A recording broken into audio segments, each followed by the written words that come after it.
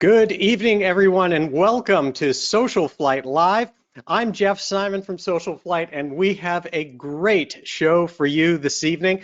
We've got photographers here from EAA and AOPA. We're going to do a whole discussion on tips and the history of what they've done to get into it. So many fun things to come. Before we get started with that, of course, like to do what we always do, which is a quick little update on things. Let me start that right now. Let's see here. There we go. Okay, just wanted to show you a few updates of some things going on. One of the things that is really great is that here at SocialFlight, we get to see an interesting perspective of activity in general aviation. And in this case, we get to see what's actually happening with both virtual but also in-person events and the kind of flying that people are doing out there. And what we are seeing is a resurgence of general aviation flying happening. August was probably the most active month we have ever seen. It's really fantastic, and we're starting to see in-person events happening again. It is starting to happen through safe social distancing, but it really seems like a lot of the organizations have kind of cracked the code on how they can carefully start to have gatherings again that will allow people to still fly places, see airplanes, see each other, but keep a safe distance, given that we're still here trying to get through the crisis.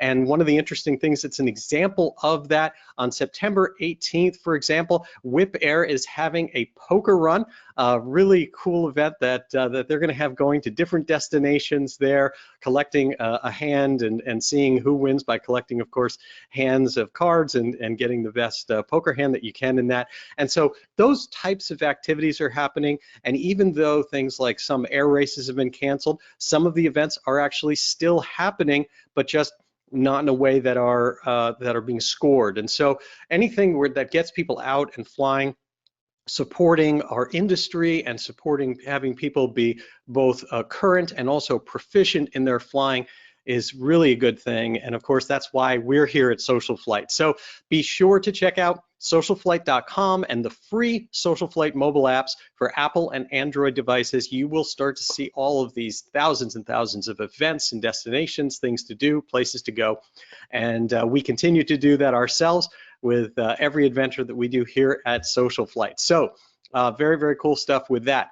Another thing that I'd like to also bring up is just some information about how you operate this evening. You can actually send your questions in. There is a Q&A feature built in. You'll see me look off to the right sometimes here in order to go and check out some of the questions coming in and field them to our audience, or just factor it into some of the questions that and topics that we discuss. So feel free to submit your questions throughout, and we'll do our best to try to get there during the presentation as well. The other thing is we will be showing some photos doing this, of course, because it's photography night, and we have two of the best photographers in the industry here with us. And so we're going to show some of their work and talk about it.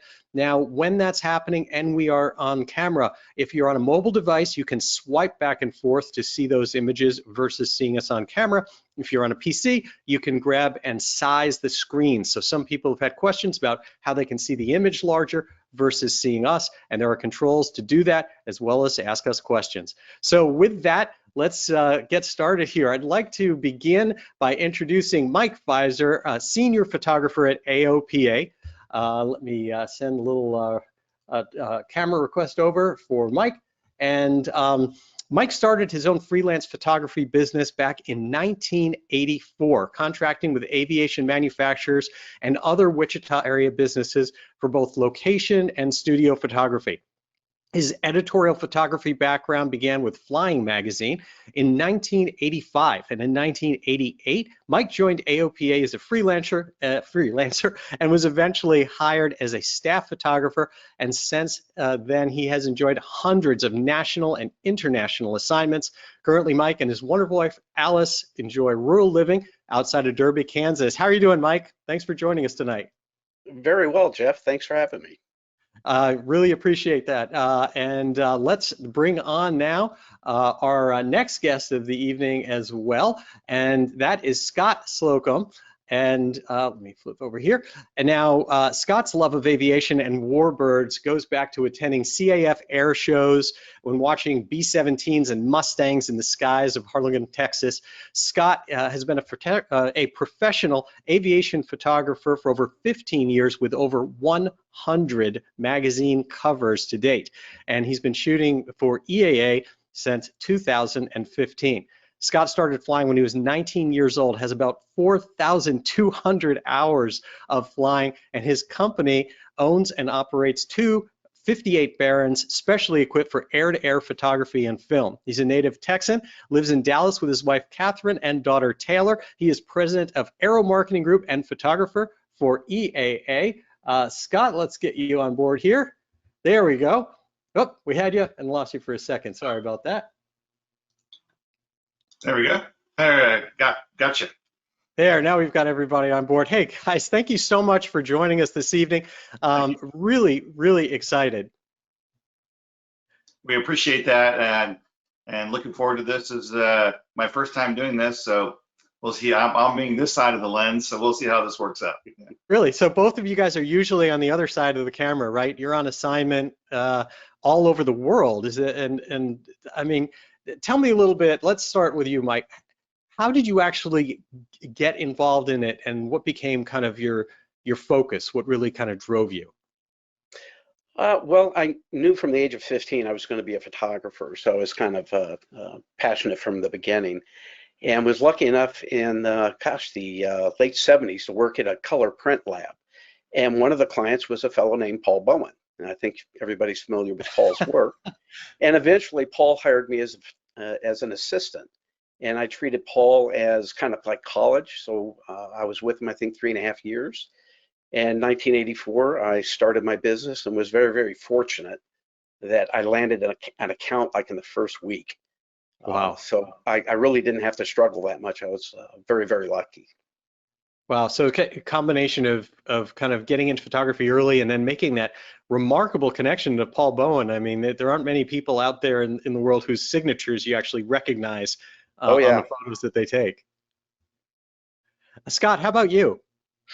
That's actually pretty similar. Paul was a mentor of mine as well. Really? I was in the graphics industry in management actually when I retired in 2004, and somebody gave me his book. And I already owned an A36 that I was using for real estate stuff, and so I saw his book and I saw that you could actually shoot out of it, and I bought a small aviation magazine that's no longer around, but it was called the Autopilot out of Atlanta. It was and so I was like, well, maybe I can start shooting for my own magazine. Long story short, they bought the magazine back from me, but I kept shooting, and that's what I really enjoyed, and so I kind of grew it from there. So I kind of started backwards, I guess, because I started with an airplane, then became a photographer, but I've always knew that I was going to be an aviation somehow or some way. That was a passion of mine since I was a little kid, and the photography was it was a course I took in high school as a blow-off course, and I fell in love with it. So the two merged together, and here we are. Yeah. Now, do you, coming from a general photography background, like Scott, do you find that there is an enormous amount of specialization required? At least, tonight we're going to focus on ground-based photography, and then next week you'll be back with us. We'll have Chris Rhodes with us from AOPA, and of course that air-to-air is a little bit different. But when you're dealing with aircraft on the ground, but you're also hopping inside the cockpit and looking at panels, do you find there's a lot of specialization involved to aviation photography? Well, I think you have to be passionate about it, and you have to understand, for example, for editorial, and Mike, I'm sure you can speak to this, what they're talking about and what you're shooting to back that up and support it, you're thinking about that. As far as knowledge, I think it's basics as far as, your f-stop, shutter speed, and ISO, and knowing how to balance all that. Digital cameras have made it so much easier now than it was, Mike, probably when you were shooting with film back in the day. You're right. I mean, you can preview it on the back of the camera and see what you're doing, but no, I mean, from a business standpoint, I think you got to specialize to your point. But as far as shooting ground photography. I think it's basics as far as understanding where you are with your depth of field to get what you want to get, and know how to blur out the background if you need to, and use ambient lighting, things like that. Right. So to answer your question, I mean, an average photographer can get into it and understand it. It's just, I think, being passionate about it is the key. Right. So, Mike, tell me a little bit about what a typical assignment entails, because what Scott mentioned there was obviously important, which is for those of us or folks who are watching that are interested in getting involved in aviation photography, they may be approaching it just from kind of visiting a show and trying to get some really cool shots for themselves. You Sure. have to approach it from an editorial perspective and telling a story. Right. Tell me a little bit about that. Well, it's cooperation with the editor, whoever's writing the article. And so there's a little bit of back and forth prior to the shoot. But if it's a pilot report, if it's a hardware report, it's pretty straightforward. You're going to get air-to-airs, ground shots, interiors, maybe some environmental portraits. And then if it starts getting into the mission of the aircraft or the hardware secondary, then you start looking at, okay, how are we going to build this story? What are we going to photograph? As a case in point, we went on a pheasant hunt once because people use their aircraft to go pheasant hunting. And so That's a that new is one the on kind. me. I've heard a lot of things about like wildlife accounting and Yep. spotting services, but Sure. pheasant hunting from the air? Yeah, the Sport of Kings, I think was the name of the story. But no, you use your aircraft to get to the pheasant hunt. Sorry.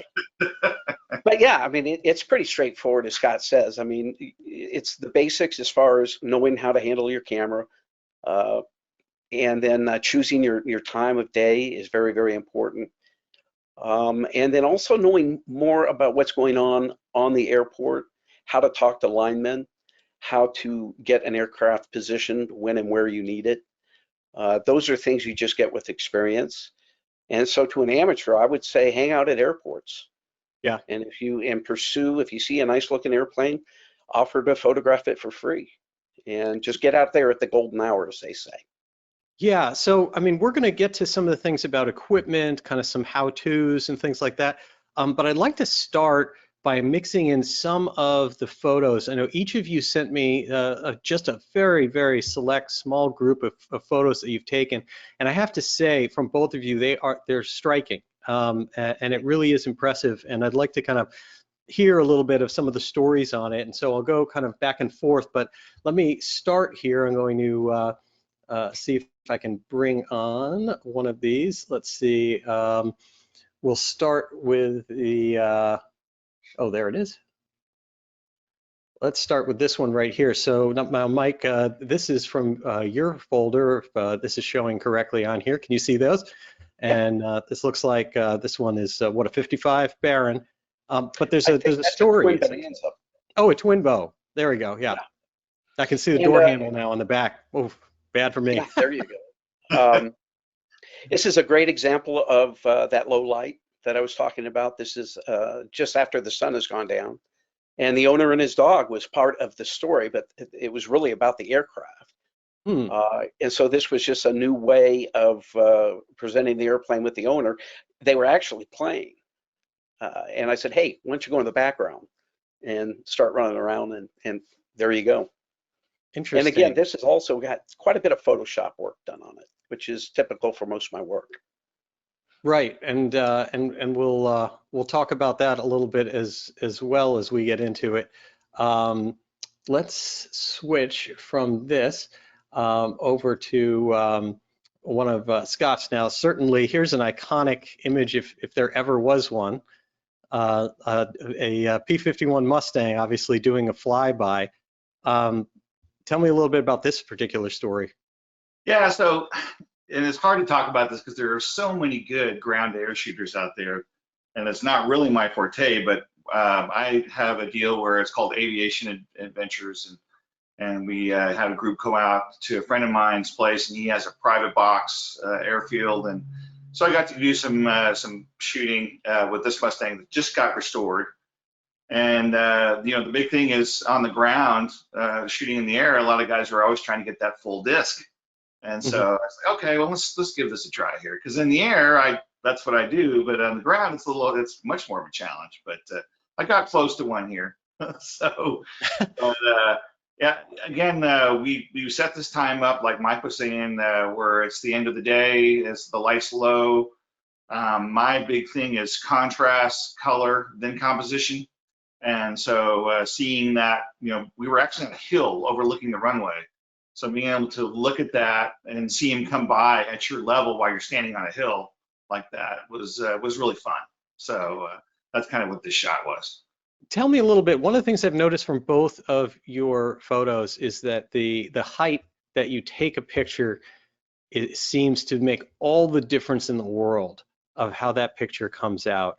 Tell me a little bit about that. I mean, you mentioned from this one a hill. Mike, I'd like to show a couple of yours after this that also the where the camera is located seems to be a huge part of that composition. Absolutely. Yeah, go ahead. I'm sorry, Mike. Oh, no, I was just going to say it. Obviously, with a hill here, it gives you that different perspective. One of the things you want to try to avoid most of the time is the horizon coming through the aircraft fuselage. And so, but sometimes you break that rule. But that's most of the time I'm either on the ground or on a fuel truck or on a ladder, just trying to get a different perspective. Interesting. Yeah, to add to that, I mean, in basic portraits, when you're shooting kids or whatever, I mean, you want to get to the level of whatever it is you're shooting. I don't really like to look down when I'm doing ground shots. I like to be at the level or even sometimes looking up a little bit. But yeah, I think the different perspective like Mike's talking about is huge on that. We'll probably die on a ladder before I die on an airplane. So here's an example of one, Mike, one of yours, and you can tell that the camera is very low in this one. Correct. Yeah, I was probably kneeling and shot with a 50mm wide open. I think it was a 1.2 lens, and again, waiting for that golden light. It's just right at sunset. Lefty at this point was still flying. He's passed, but I think he was 92 or 93 and still flying in ultralight around his farm or property. And you're just trying to get a feel for it. You could kind of tell he was nostalgic for his past days and such. And this is what I came up with. It's really impressive, and there's another one that I've got here, and bear with me as I bring some of these up because they're each going to be they're each coming from different places to show. But here's an example. Scott, what aircraft is this? This was a Lancer. That was there's no one many have made, and those were two 152 engines on there. So it takes off at 80 and flies at 80 and lands at 80. But yeah, a buddy of mine in SoCal has one, and the EAA ended up doing a story on it. And but where we were, there was just not a lot of areas to shoot as far as making nice backgrounds. So I was trying to find something to make this interesting. And so I'm laying on my stomach here, shooting down this stripe to try to show more of the perspective of what the airplane looks like, because it's very unusual. But it's a Blanca or a Aeronica, I think is how you pronounce it, right? And so I actually did air-to-air on this strapped to the door of a 152 because it's so slow. I mean, it's but yeah, I mean, showing a different perspective was the idea, and having the stripe lead you to the aircraft. And of course, when you're on a taxiway or in an airport environment, there's lots of those kind of stripes to work with. Yeah, that really seems to be the most dramatic aspect of that one. Another one which I really like that looks like it was very ground-based, Mike, is this one here. This is Special Missions King Air 350, I believe. Correct. Yeah, this was at Truth or Consequences, and they, excuse me, wanted to show the off-field performance of the aircraft. And this is one of those times where I think we had 2 days, so we had plenty of time to cover it. This was, I believe, a takeoff. I think he's got a notch of flaps in there. And I was looking for a little color. We found a patch of these flowers, and again, got down low for that power feel. I believe this is probably a I don't know, maybe a 300 to 400 millimeter. Looking at the props, probably a 500th of a second. In some cases, manufacturers, as much as we like the full disc, want to make sure you can see how many blades it's got, depending on what's going on with the aircraft. And so a lot of communications, a lot of briefings. We're on a handheld talking to the pilots. And I think we did maybe a half a dozen touch and goes for this. And again, lots of Photoshop in there. Well, except it looks so natural, and I like the dramatic nature of, like you said, the flowers and being down low in it. So you mentioned something here now for the beginner photographer. There's that whole concept of, you don't want to stop the prop, you want to see a disc, and then you had mentioned we're going to a whole nother level here, which is you want to see the motion, but you also want to know how many blades are on the prop. Right. So take me through a little bit for someone how they get started in this to first go towards the disc, and then second get themselves towards the point where they can actually have motion and see the power in it, but be able to also discern the number of blades. Okay. Scott, do you want this one? No, go ahead. Yeah. Okay. Typically, on a piston aircraft, a two blade, you're going to want at least a 60th of a second to get a full arc, depending on what RPM they're running. And sometimes that might be a 50th, sometimes an 80th you might get away with. But generally speaking, a two blade prop is a 60th. A three blade prop, 1/25th, will give you a full disc. And then 2/50th on a four blade, depending on what it is, but most of the time those are turbine and they turn a little bit slower. So when I was looking at the previous shot of the P-51 of Scott's, that prop isn't turning that fast, is it, Scott? No. No, that made his job a lot harder. So those old warbirds and the turbine aircraft props turn a little bit slower. And so those, what I do is I just check my camera, look at the LCD on the back. And here's that one. Of course, the challenge with doing that's great if they're going to make multiple passes. That's hard. What Scott's doing there, that's hard to do. So that's all about painting. But to add to what Mike said, I always tell my students, if you can shoot a warbird, a prop-driven warbird, you can shoot anything, because those props, especially on the old radial engines, they turn pretty slow. So to get a full arc on a three-braided prop on a Navy aircraft, you're probably going to be at a 50th of a second. So, which is a half a second, right? Now you brought up the other thing, of course, which is here you've got a blurred motion kind of background, and that's because you're tracking the aircraft. How on earth do you do that in a way that you can have a sharp image, keep it centered for that shot, and blur the background? That must be a heck of a skill. Well, that's practice, okay? And again, there's a lot of guys out there that are better at this than me, because I don't specialize in this, but I do know that, like, if you go out and you are next to a street, for example, and you practice painting with cars and try to blur the wheels, you can start to get the motion down, because you're trying to time your lens where you're not stopping and starting as it's going, you're right with it. So it's like aiming a gun or shooting a gun. So I keep that focus pipper right on it, and I track with it the whole way.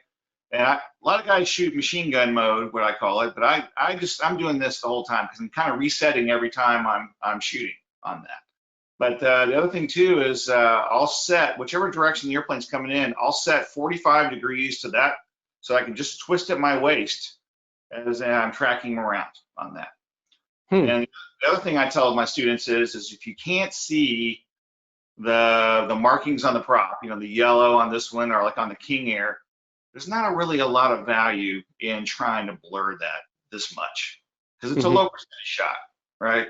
So if the sun's backlit, for example, and it just looks black, there's no reason to go that slow on that. You're not going to really get a lot of benefit from it.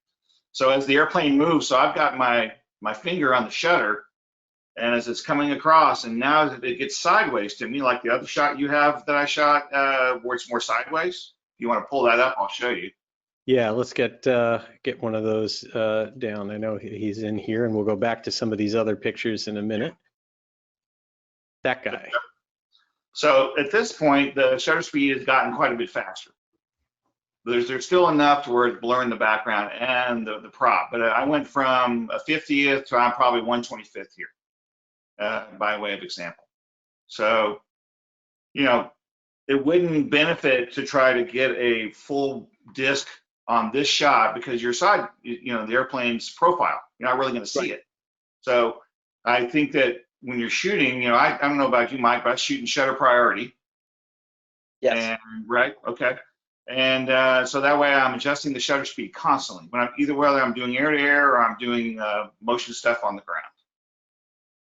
Interesting. Now, what about distance? You know, there's always, anytime certainly that I've done it, and I am about as amateur as you can get, there's always that question of, do you want to be as close as possible so that you're getting, you know, you don't have to zoom as much, but at the same time, when you get closer and things are doing flybys, you've got to move that much faster to try to track something.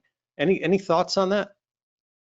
Well, like Mike said, I mean, you know, I'm going to go in a position to where I can be as high to the aircraft as possible, and the closer I am to the wherever that is, the more higher up I'm going to have to shoot. So I actually like to be further away and use a longer lens for this kind of shooting. Do you recall what kind of lens you might have had for this shot? My 2-500. That's I'm a Nikon shooter, so this is the 2-500, right?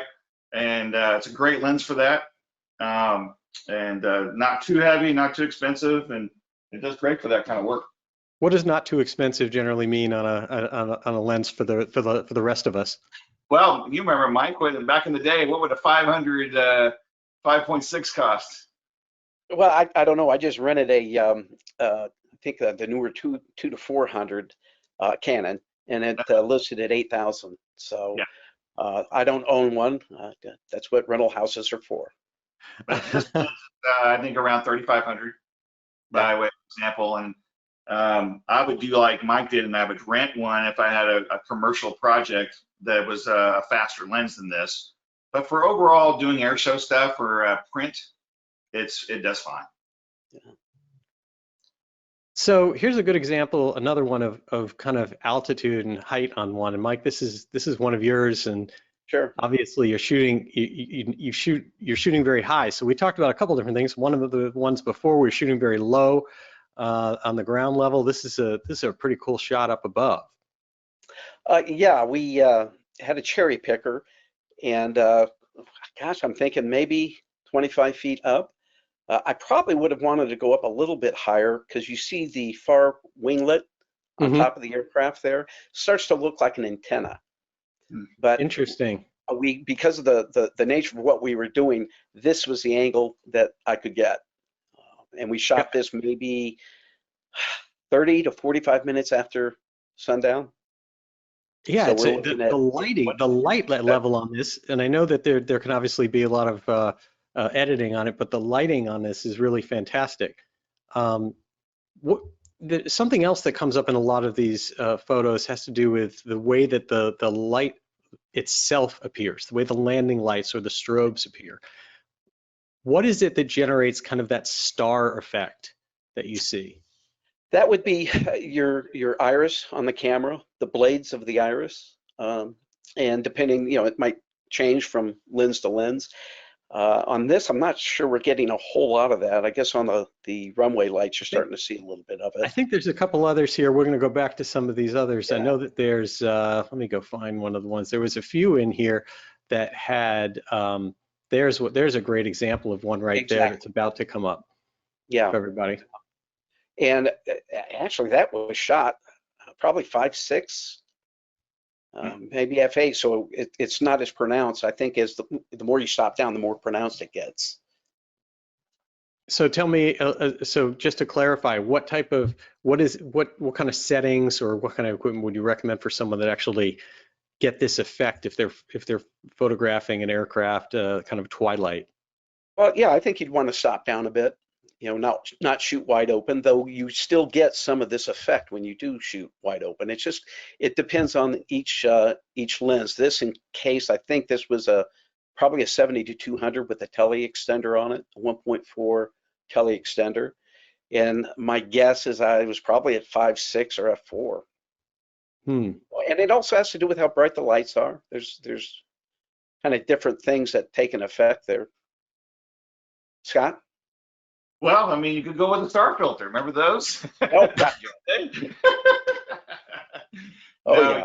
You're spot on. I mean, especially when the light is that direct, you're going to get that effect, depending on, like you said, the f-stop. I mean, so let's use that as an example. So if you wanted it to be more condensed, the star, and so you have to stop down. So now you're going, let's say f20 or f18.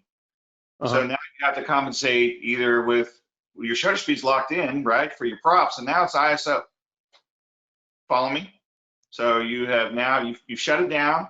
So now you have to compensate somewhere. So now you bring your ISO up so you can get that effect. Right.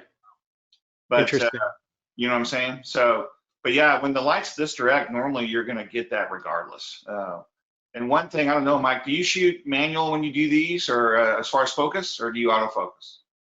Oh, I'm almost strictly autofocus. Okay. Oh yeah, pretty much everything is autofocus these days. Okay. Wow. You just got to be careful on your focus here, that, because those lights will mess with your autofocus sometimes, and it'll blur it out real quick right when you thought you had it.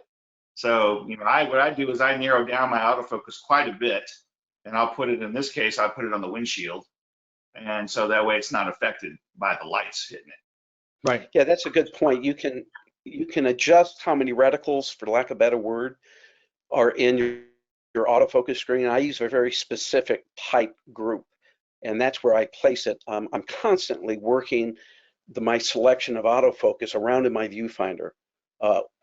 And it goes exactly as Scott said, is for the windshield. Yeah, you can get a lot of things out of focus, but if the pilots are not sharp, it's just not going to look good. So that windshield and those pilots need to be sharp. So if you're going to target something, it's going to be the windshield and the pilots. Absolutely. That's For a majority. great. Sure. So let me turn off the sharing here for a second while we look at some other different things there on that aspect. But let's step back for a minute. A lot of folks might be coming on thinking what kind of gear that they need to get started. Let's say they're looking to get started in this, and you mentioned, like, for example, one kind of lens. What would you recommend to someone who wanted to be, let's put them at the intermediate level? They wanted to have enough to really start experimenting with things for real, but at the same time, obviously not necessarily be at the pro level. What are some examples of a setup? Mike? Oh, I'd tell them to get volunteered. No, that's fine. A basic body that has interchangeable lenses, and I wouldn't ignore the used market. And your two best bets for lenses is a 24-70 and then a 70-200 realm, and then you might look at a wide angle zoom. I wouldn't worry about prime lenses yet. I mean, because you're kind of restricted on that. I do have prime lenses, but my go-to lenses are 16-35, 24-70, 70-200. That's it. What does a prime lens mean? I'm sorry, it's a fixed focal length, like a 50 or an 85 millimeter or a 35 millimeter, which typically are a little sharper. But these days, even with some of the, shall we say, prosumer lenses, they're quite good. I mean, you really don't have to spend a lot of money relative to what Scott and I have done to take good pictures. And then especially with the power of post-production in Photoshop, you can do all sorts of sharpening and kind of correct the weaknesses of particular lenses. So I would say, you don't have to spend a lot of money. It's more important to get out there and just shoot. Right. I mean, you just got to just take lots of pictures. And it doesn't have to be airplanes. I would tell you to start with landscapes. Because once you have a landscape and you know and understand that quality of light, you just throw an airplane in it. Right. Although I do like that idea of of using cars going by as Yeah, an example to get yourself trained and looking at how the wheels are and everything until one of them pulls over and wants to know why you're taking pictures of them, you're good. Yeah, to Um, add what Mike said on the camera, I just, whatever it is, make sure it has a manual mode so that you can really understand how to use the three elements for exposure on that. And the lenses you selected are exactly what I use, 24 to 70 and 70 to 200 for air, and then I have a 14 to 24, and then of course the 2 to 5 for longer stuff. mhm. That's fascinating. I mean, it's there's so much to choose from. Is there a way when I know that you mentioned post-production and all the things that you can do in editing, Photoshop, et cetera. Is there something about the way that you tend to take the pictures to start with, or that you would recommend that people kind of err one way or the other so you have kind of think of it as more data or more information to work with when you're in Photoshop? Is it better to brighten an image or darken an image, or like where would you rather be if you're gonna not be perfect? Well, I would first of all recommend shooting raw if you understand what I mean by that. Hmm. Uh, Digital cameras shoot JPEGs and TIFFs, and also most of them will shoot a raw file, which is unprocessed, an image. It's not an image yet. And then you take it into something like Lightroom or ACR or Capture One, and then you actually develop the raw file. The beauty of the Hmm. raw file is you have lots of latitude on how you can make corrections. Okay. And so first thing I'd recommend highly is get used to shooting raw files and how you can manipulate them in be it Photoshop or any of these other raw developers. That sound right, Scott? Yeah. yeah, to add to that, um, when I'm shooting raw, I'm in my mind knowing that I'm going to be able to do things to the color and the contrast to enhance that photo. Hmm. Versus, some people say, well, it's Photoshop, so it's not real. Well, it's all ones and zeros. Okay, number one.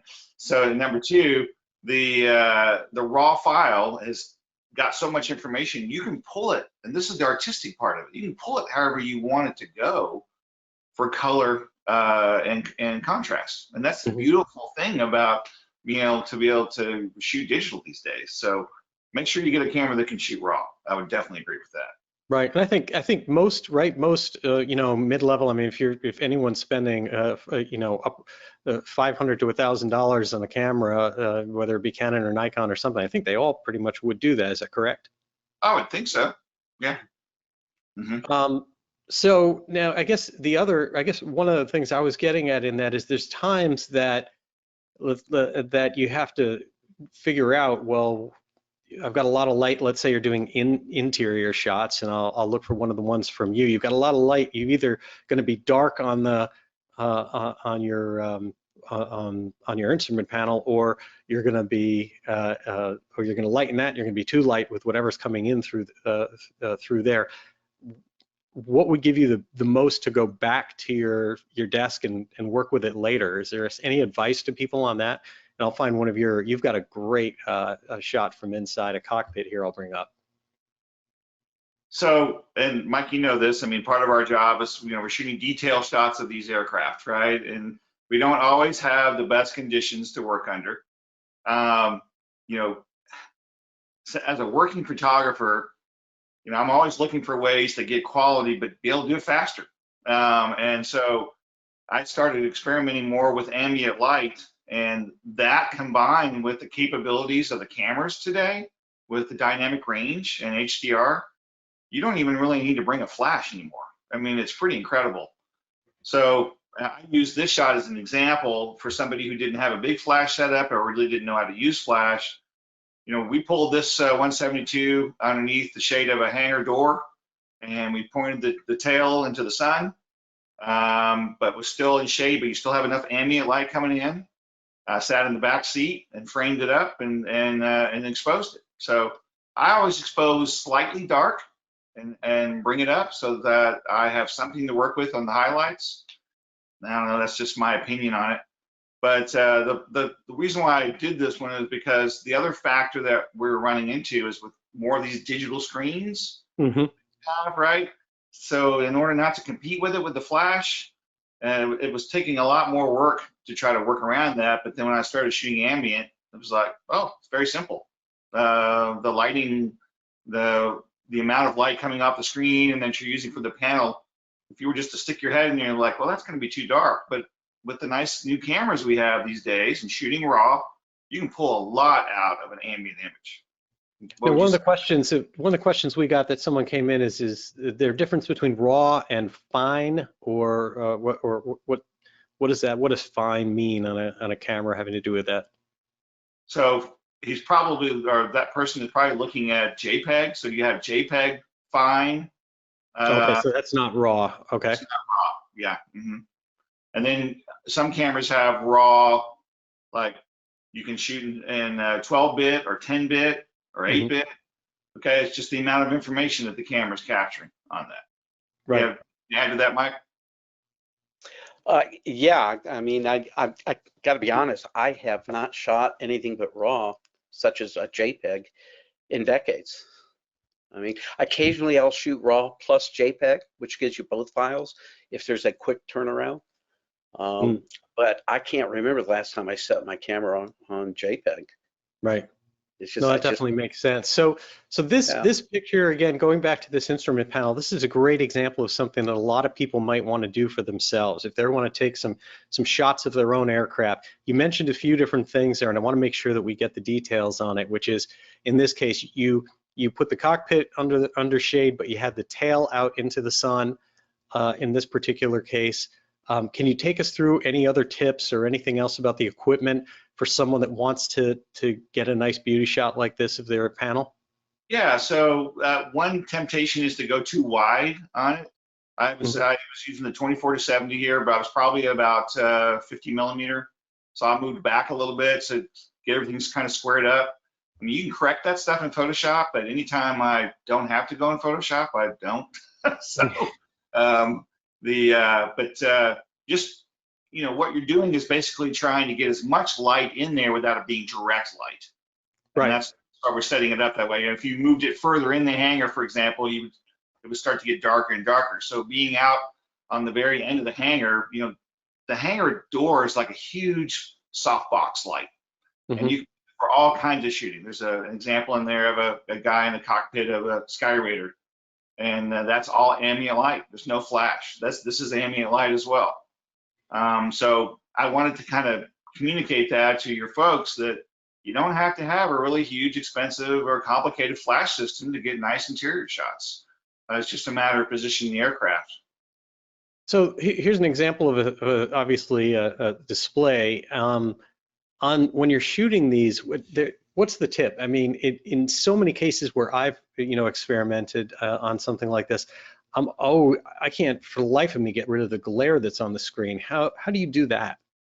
Well, so that's your angles, okay, that you're on to shooting towards that can help it, as well as, you know, when you position the aircraft, look like when you're moving the airplane around, look at where the light's doing on these panels and see if you're getting any reflections that you can remove.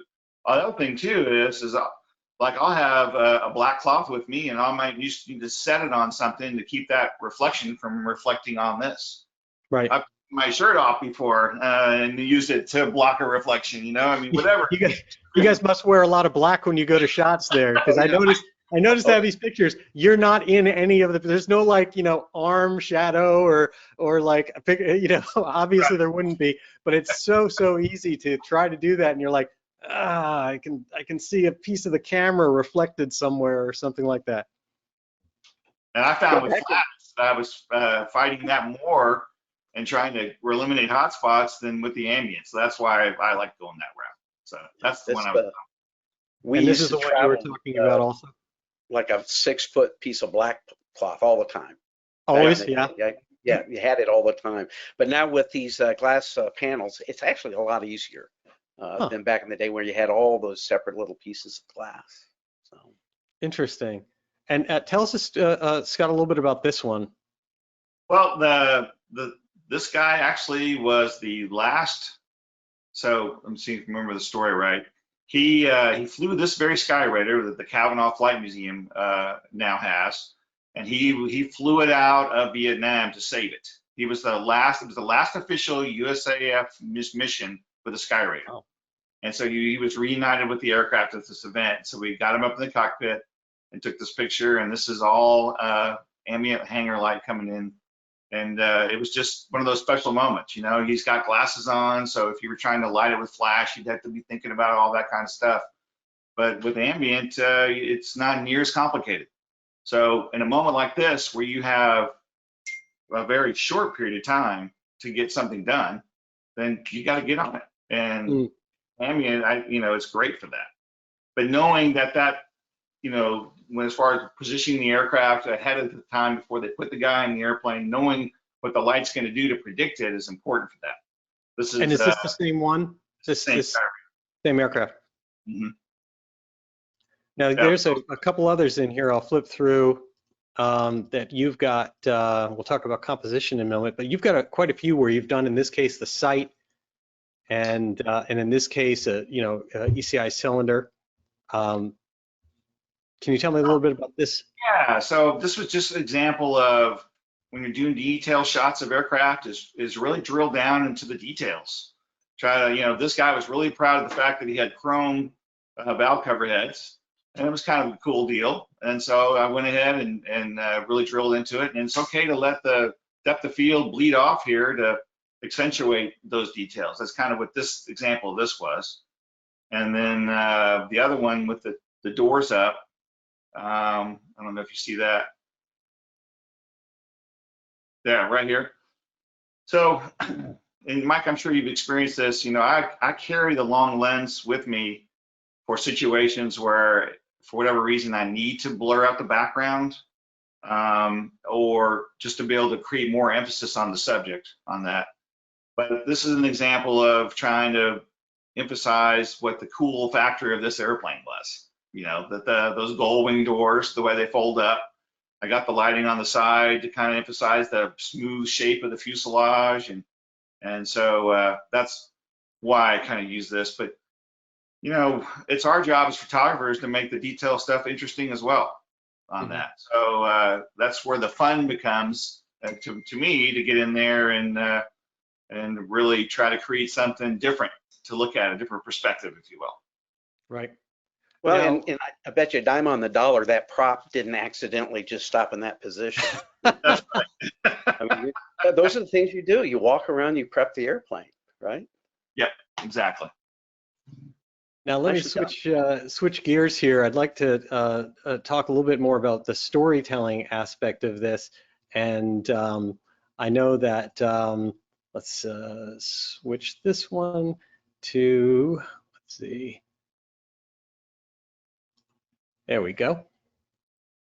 Mike, one of the things that is a hallmark of many of your photos is storytelling. At least it certainly seems to be to me. Tell me a little bit about this and kind of capturing things that tell a longer story. Well, these are the Stoll, the shirt. I think it was a competition, takeoff and landing, and Jimmy Gist, I believe is his name. I know it's Jimmy. Is just a real character. I mean, he's dancing all around. He's very animated, and I believe this was Montana, and it's a gorgeous day. You have beautiful scenery, and so I spent maybe 5 to 10 minutes photographing Jimmy, and it was actually a lot harder than I thought. There was only about 2 or 3 decent shots there because he's so animated. He's legs akimbo and his arms are waving, but that's how he sends off each aircraft. And yet, still, you've got the whole composition going on. Stoll. It just happened to be one of the events I was covering. And still, you've got the entire composition. You're down in the grass. I mean, for someone to take a picture like this, were you lying down? Yes, I was. And you got to remember, I probably shot 200-300 shots. Mm-hmm. We used to say, and it's probably still true, the only difference between a pro and an amateur, how many pictures you take. When I go on assignment back in the film days, 20 to 30 rolls of film for one story was nothing. That's what you shot. So I come back from photo missions, from anywhere from 6,000 to 12,000 images. You just wow. you shoot lots of pictures. Yeah. Wow. And And this is perfect for him. He's such a gentleman. He's a great guy, and it's just one of those moments that was perfect for Jimmy. it really is something. And there's so much too. I mean, you can look at almost any corner of this picture and pick up something of the overall composition. What do you remember the exact equipment that you can recommend for people for something like this? It was a 24-70, and I was Mhm. probably on a most likely my Canon. Oh, what it might be the Mark II, the 1DX Mark II, or the Mhm. 1DX, and a It's polarizer. That's something we shouldn't forget is Yep. the one filter I still use a lot is a polarizing filter. And if you can, don't go cheap on it. I mean, try to buy a good B+W or Heliopan or a decent polarizer. Scott, is there like one? Do you only use a polarizer when it comes to filters, or? Yeah, I mean, it's one more layer, right, between the sensor and the image. So you want it to be a good one, to Mike's point. Mhm. And if you're shooting in the middle part of the day, it can greatly enhance your skies and bring the clouds out. And so yeah, I love the polarizer lens. Now let's see. Let's see. You mentioned we went through that one. I got to tell you, this picture, Mike, this is my favorite one I've seen you do. Um, tell What's a me a little favorite bit of about mine? this one. This is Travis. He was a Montana rancher, fourth generation, maybe a mile south of the Canadian border. They're out, and the matter of fact, our hotel was an hour's drive away, and even that was a very small hotel. He and his relatives are out in the middle of nowhere, and he uses a Champ, and he's also got a 172 to check on his cattle because he's got his cattle spread out on quite a few different places. And we went to land and check on the cattle, and Scott does this too. I just start circling an environment. I just start walking around and start lining things up. I saw the cows, got the airplane in front of the cows, and I just called for Travis. I said, have a seat and just think about things. He was a natural. I mean, this guy, this is like a New York agency quality model, and he was a real rancher, and he was such a nice guy. I love the picture, but the thing I walked away from this was just feeling very humble about what ranchers do for a living, how hard their lives are. It was a real impression on me. And thankfully the picture turned out. I kind of desaturated it, brought up some of the gold hues and a few other things in Photoshop, darkened down the sky. But yeah, and I think that was a 180 to 200 millimeter. It really does tell that story. It's remarkable, and I love that Yeah. he and the field right where he is are so crisp, and then not far back, you're just out of focus enough of the cattle. Yeah. And what type of lens does what did you say lens you were using that does just about that amount? Yeah, the longer telephotos, like the 70 to 200, 70 is a very slight telephoto, 200 is about the moderate. That is going to give you what we call compression, bringing up the background a little. And then also your f-stops, when you're shooting wide open, will blur the background, as Scott mentioned earlier. Those longer lenses will give you that real softer background, depending on your f-stop. And I'm guessing here I was probably shooting 2.8. This might be one of those occasions when I know I'm working in a certain scenario. Well, I'll go aperture preferred as opposed to shutter preferred. Meaning I know I want this quality, this f-stop is going to give me. So I set my camera on aperture preferred, and then the camera picks the shutter speed that's correct for me. So that's one of those times that I kind of deviate from that shutter priority rule. Interesting. We'll show a couple more from these. This is another one, kind of an interesting contrast of the era of the aircraft versus what's in the background. Yeah, yeah. This was Cottonmouth, P-51 in, I believe, Long Beach or Santa, it might have been Santa Monica. I think it's Santa Monica. And again, I believe it was sunset, probably about 15 to 20 minutes after sunset. This is a good example of linemen are your friends. When I go to an airport, I always make sure I go out of my way to say hello to the guys that move airplanes. You buy them pizza for lunch. I mean, these people they can make or break your whole shoot. I kid you not. And they brought down a fuel truck. I'm a big fan of standing on fuel trucks because they're very sturdy. They don't move much, and they get you up a little higher than a ladder. And I can set up a couple of cameras if I need to. So you were on a fuel truck for this one? Correct. Because again, A lot of pictures. it doesn't jump out at you that you're at a different height, but you are. Yeah. I mean, I do not hesitate to say, hey, you got a spare fuel truck you can bring down. And most people I think they're eager to help. They really are. Most of the people out there on the line are just eager to help. They like being part of the whole shoot. So. Especially when there's a Mustang sitting out there, right, Mike? What was that? Especially when there's a Mustang out there to go look. Yeah. And Exactly. oh yeah, okay. Marble, Colorado, PC-12. And again, this is probably, I'm guessing, mid-level between 70 and 200. It was a one-way in, one-way out airport, if you know what I mean. Yep. Very, very short strip. And matter of fact, the turnaround at the end, I'm sure was interesting because towards the shrubbery is not far from the wingtips down the other end. I've got a handheld communicating with the pilot, and I hear the rumble of the engine starting up, and you sit there and wait for it. I pan. Scott probably does the same thing. So I was following him. As soon as I acquired him in my viewfinder, I get the autofocus reticle on where I want it. And then I just follow him through the whole shoot. So as he's coming down the runway and lifting off, he knows to keep it low. When we do takeoff and landings like this, a lot of times people just pull the nose up and go through a normal climb. You don't want that. You can just have the pilot keep it on the deck for you in ground effect. And then unless you're going for that particular kind of shot, you just say, hey, keep it low until you go by me.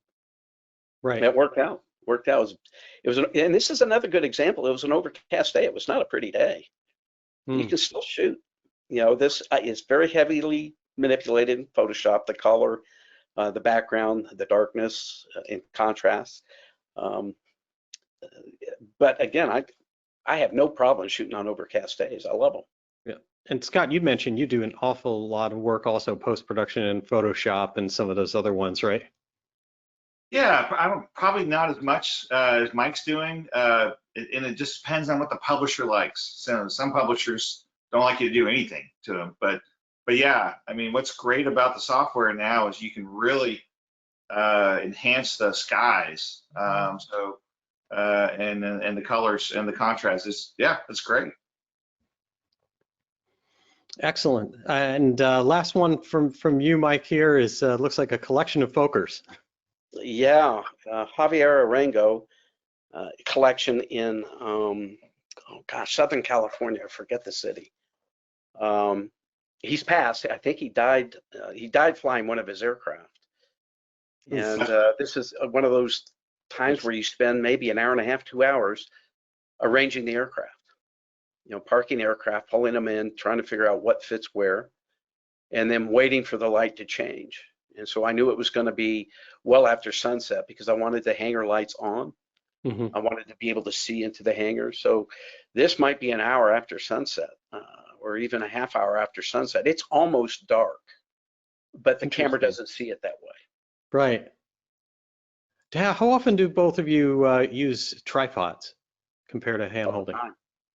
Yeah, absolutely. All the time. Any difference between when you're doing a shot like this versus when you're doing a flyby? I don't know. I don't do that many flybys. I mean, I use a tripod with a Wimbley head, I think it's called. It's kind of a swivel mount that allows me to kind of rock my lens around. And but when it comes to like the air show stuff, Scott, I don't do any of that.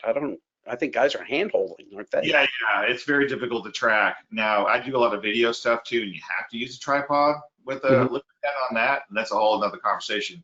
But I would say anytime that you have an exposure that you anticipate to be less than a half a second, a 50th, then you should probably be using a tripod to make sure it's sharp. But the lens stabilization now is so good that it really helps you out. I mean, I'm shooting interior. I used to use tripods for shooting interiors, and I don't anymore because the lenses are so good, and of course the ISOs help out well to be able to get faster shutter speeds on that. And this example is with a tripod. This is probably 3 different exposures that I combined in Photoshop. Okay. Really? Yeah. One for the sky, one for the hangars, and one for the aircraft out front. Yep. Mm-hmm. And so And then, you want to be able to lock together. down that camera so you can register, so to speak, the images on top of one another in Photoshop.